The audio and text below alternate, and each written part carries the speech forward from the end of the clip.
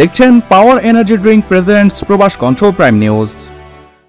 ফুরিয়ে এসেছে মালয়েশিয়া থেকে বৈধভাবে ফিরে আসার সুযোগ। আগামীকাল মঙ্গলবার মালয়েশিয়ার সাধারণ ক্ষমার অধীনে অবৈধ প্রবাসীদের প্রত্যাবাসনের সময় শেষ হতে চলেছে। মালয়েশিয়ার ইমিগ্রেশন বিভাগ বলছে কোনোভাবেই অবৈধ অভিবাসীদের থাকতে দেওয়া হবে না। 31 ডিসেম্বরের মধ্যে অবৈধ অভিবাসীদের নিজ নিজ দেশে ফিরতে হবে।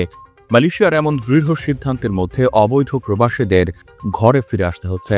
প্রত্যাবাসন কর্মসূচির নির্ধারিত সময়ের মধ্যে অবৈধ অভিবাসীদের 300 থেকে 500 রিঙ্গিত পর্যন্ত জরিমানা পরিশোধ করে দেশে না ফিরলে তাদের বিরুদ্ধে কঠোর ব্যবস্থা নেওয়া হবে বলে আগেই সতর্ক করছে দেশটির ইমিগ্রেশন বিভাগ।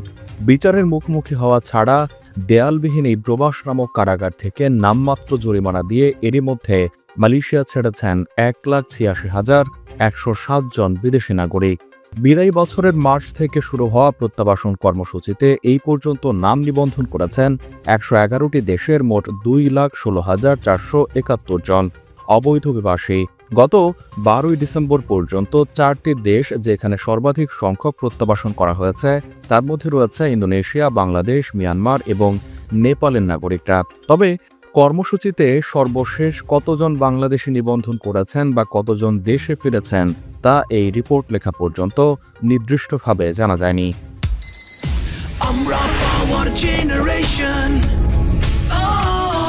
দুরন্ত গতি ঝুমকে অ্যাকশন অ্যাকশন অ্যাকশন, কাজে কিংবা খেলায় আমাদের সবার অদম্য শক্তি এগিয়ে যাওয়ার, হাতে হাতে আছে যে পাওয়ার। আমরা পাওয়ার জেনারেশন, বিবেকের শক্তি চুমুকে অ্যাকশন, পাওয়ার চুমুকে অ্যাকশন। খোঁজ নিয়ে জানা গেছে এই কর্মসূচির আওতায় যারা দেশে ফিরছেন তাদের বেশিরভাগই কর্মহীন কিংবা প্রয়োজনীয় কাগজপত্রবিহীন।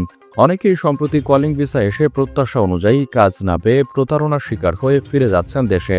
অভিবাসী প্রত্যাবাসন কর্মসূচি 31 ডিসেম্বর শেষ হওয়ার সময়সূচির সাথে অভিবাসন কর্তৃপক্ষ 1 জানুয়ারি থেকে ব্যাপক কার্যকরী পদক্ষেপের জন্য প্রস্তুতি নিচ্ছে।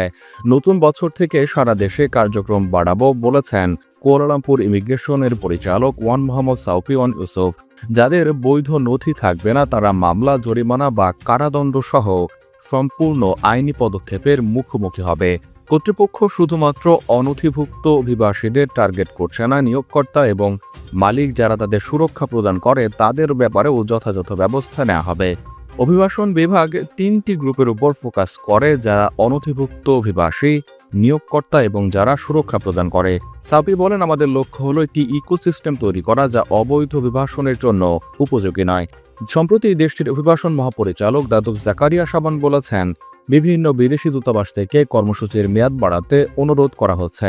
প্রত্যাবাসন কর্মসূচির মেয়াদ বাড়ানো হবে কিনা এ বিষয়ে স্বরাষ্ট্রমন্ত্রীর সঙ্গে আলোচনা করবে যাতে আরও অবৈধ অভিবাসী স্বেচ্ছায় ফিরতে পারে। বেশিরভাগ প্রবাসী প্রতারণার শিকার হয়ে অবৈধ হয়েছে। কূটনৈতিক আলোচনার মাধ্যমে দেশে প্রত্যাবাসন না করে বৈধতা দিয়ে অবৈধ প্রবাসীদের কাজের সুযোগ করে দেওয়ার আহ্বান জানিয়েছেন অনেক প্রবাসী।